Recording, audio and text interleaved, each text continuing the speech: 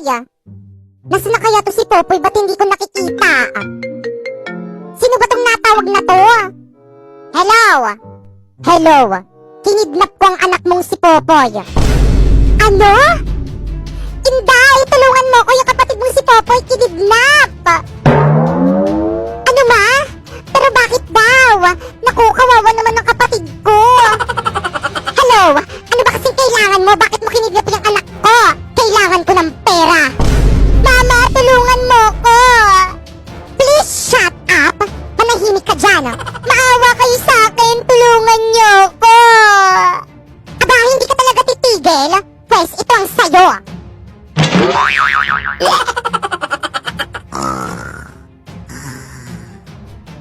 Hello? Hello? Maawa ka sa anak ko. Huwag mo siyang saktan. Don't worry, hindi ko siya sinaktan. Pinatulog ko lang siya para makapagpahinga siya. Ano ba kasing kailangan mo? Kalahating milyon kapalit ng anak mo. Kalahating milyon?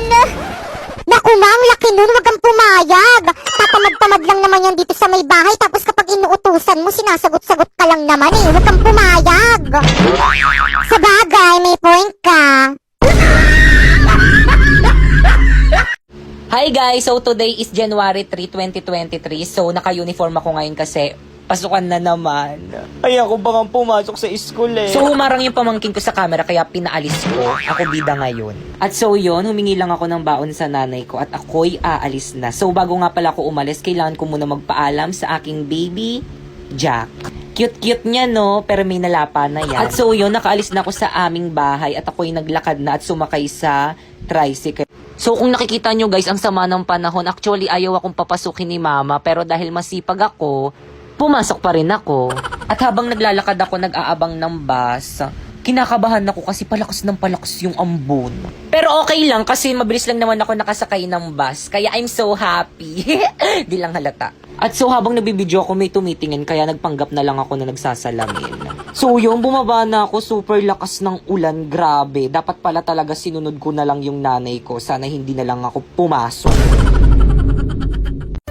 Hi guys! So sinamahan ako ng mga friends ko papuntang mall kasi may bibilihon ako. Ay! So habang naghahanap kami ng sasakyang papuntang mall, kunwari nagpapabidyo ako para may laman tong vlog. And then yan, nakasakay na kami ng sasakyan. Pero legit guys, kapag may kasama kang kaibigan na mag-vlog, hindi nakakahiya, nakakakapal ng muka. And then yan, pababa na ako, iniwan ako ng dalawa kong kasama, kaya nakakatampo.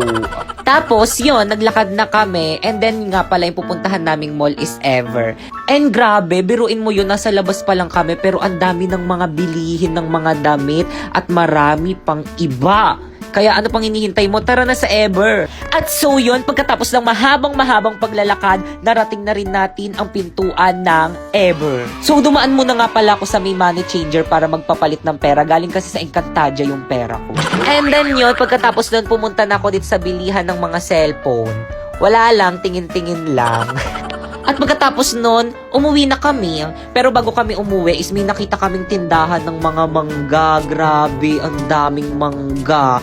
Ang sarap-sarap. So sana mga sim kayo. Gusto mo? Lo, oso ko. So yun, enjoy na enjoy sila sa pagkain ng mangga. O, diba? Samahan nyo lang ako gumala, papakainin ko kayong marami niya. O, tapos meron pa nito. Ano nga ulit tawag dito? Calamares, guys. Super sarap nito. Lalo na yung suka ni ate. Super sarap din. Oh, diba? Napahigo pa nga ako. Parang juice, char. So, yun. I'm tired. Kaya I need a rest. Bye! Hi, guys. So, gabi na. And then, matutulog na sana ako. Kaso may nakita na naman ako malaking sugat sa aso ko. Ayan yung aso ko. Ayan, oh. Diba? Ang taba. And then, ito yung sugat niya, oh. Ayan, oh. Diba? Ang laki. Diba? San kaya galing yan? And then, tulog na siya, oh. Hi, Jack. Tulog na siya. And then, ito yung sugat niya. Ano kayang gamot dyan? Diba? Ninat-ngat niya ata yan, eh. Hindi ko alam kung saan niya nakuha yan. Siguro ninat-ngat niya. Wawa naman, may sugat ang bebe Jack. Cute niya, no? Pero nakapatay na yun ng pusa. Ay! Ang gaganda naman ng mga damit dito.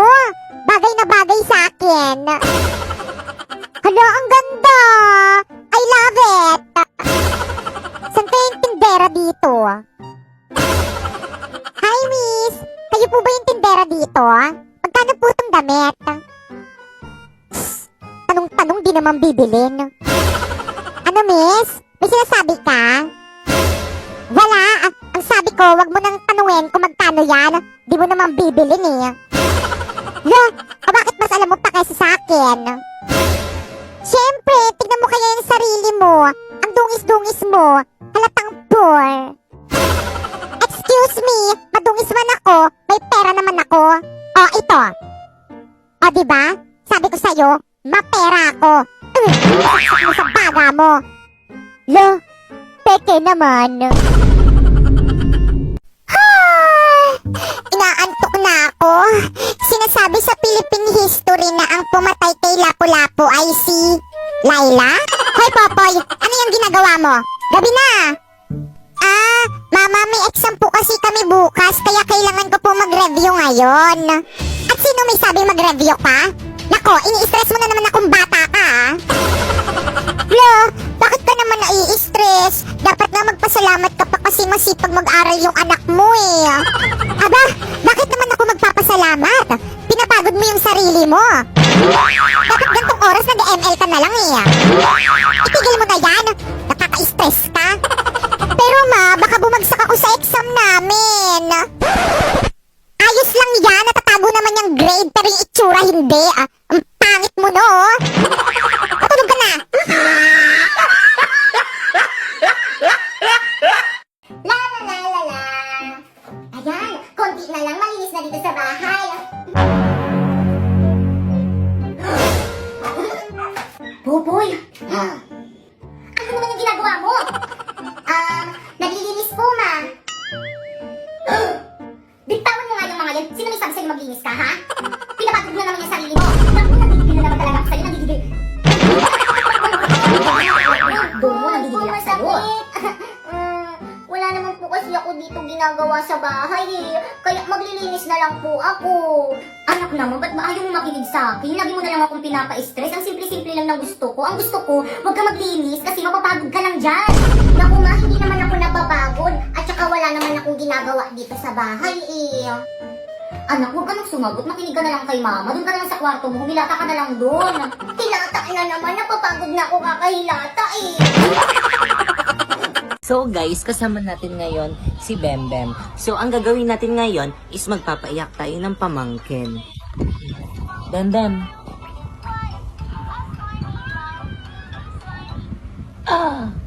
Bembem. Ba't di ka umiiyak? Iyak dapat. Uulit. 1, 2, 3, go. Dapat iyak, hindi to magbabiral pag di ka umiyak. Mama, ang tataas ng grades ko. Puro line of 9. 94 ang pinakamataas ko. Tignan mo. So, ano naman ngayon? Di naman makakain yan eh. Lo, di mo man lang ba ako bibigyan ng prize? Aba, bakit? Nagpapalaro ba ako? Mama, puro palakul po yung grade ko. Sorry po. Naku, Popoy, okay lang yan. Alam mo ba, nung nasa edad mo ako, 75 lang yung grades ko, pero masaya na ako. Talaga po, Mama? Oo, kaya. Kung ano lang yung kaya ng utak mo, okay na yun. Congrats, anak. Thank you, Mama. Pero Mama, may line of 9 naman po ako, kaso isa lang, 95. 95 ang pinakamataas na grade ni Popoy. Ang taas!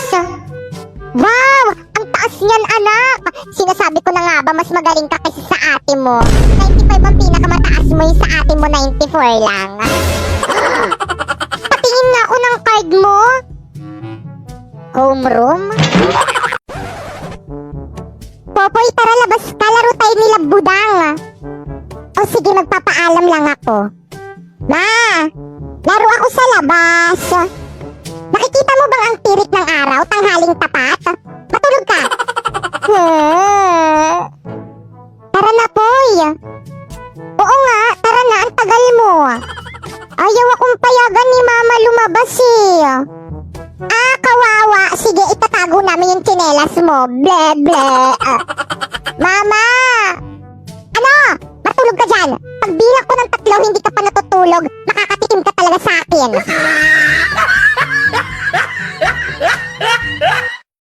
Tagu-taguan, maliwanag ang buwan. Saan kayo magtatago? Ako sa bahay na lang ako magtatago. Ako rin para hindi ako mahanap ni Popoy. La, bawal yun Di naman niya malalaman O sige na nga, sa bahay na lang rin ako. Umuwi na tayo. Di pa ako kumakain O sige, bye-bye guys. See you tomorrow. Bye. Nandyan na ako. Nasa na kayo?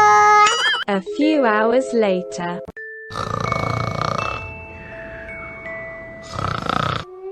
Nasaan na ba kayo? Ang layo ko na sa bahay. Madaling araw na hindi ko pa rin kayo nakikita. Mama! Wow! Ang ganda naman itong napulot kong ribbon. Hoy, Popoy! Sa akin yung ribbon na yan Anong sa'yo? Napulot ko to. Dito sa'yo. Sa akin nga yan. Matagal na yan nawawala sa lagayan ko ng mga ipit ko. Akin na yan. Pwes, ako yung nakakita. Kaya sa akin na to. Ganon. Isusumbong kitang baklita ka kay Mama. Mama! Ano na naman yan mga anak? Nag-aaway na naman kayo. Rinig kayo dito sa kusina.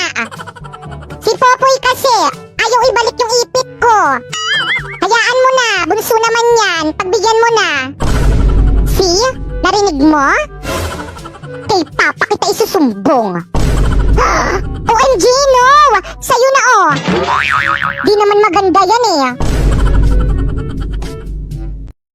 Tao po. Mare. O bakit malungkot ang beshi ko? Kasi hindi ka pa nagbabayad ng utang mo. Talaga ba? Magbayad ka naman. Hanggat hindi ka sinisingil, hindi ka talaga magbabayad no? Wala kang kusa. Hala, sorry na. Halika, pasok ka, magbabayad na ako. O sige, painom akong tubig na uuhaw ako. Diyan, meron dyan sa kusina. Kumuha ka na lang. San dito? Ay, ito okay na to. Sa wakas makakainom rin.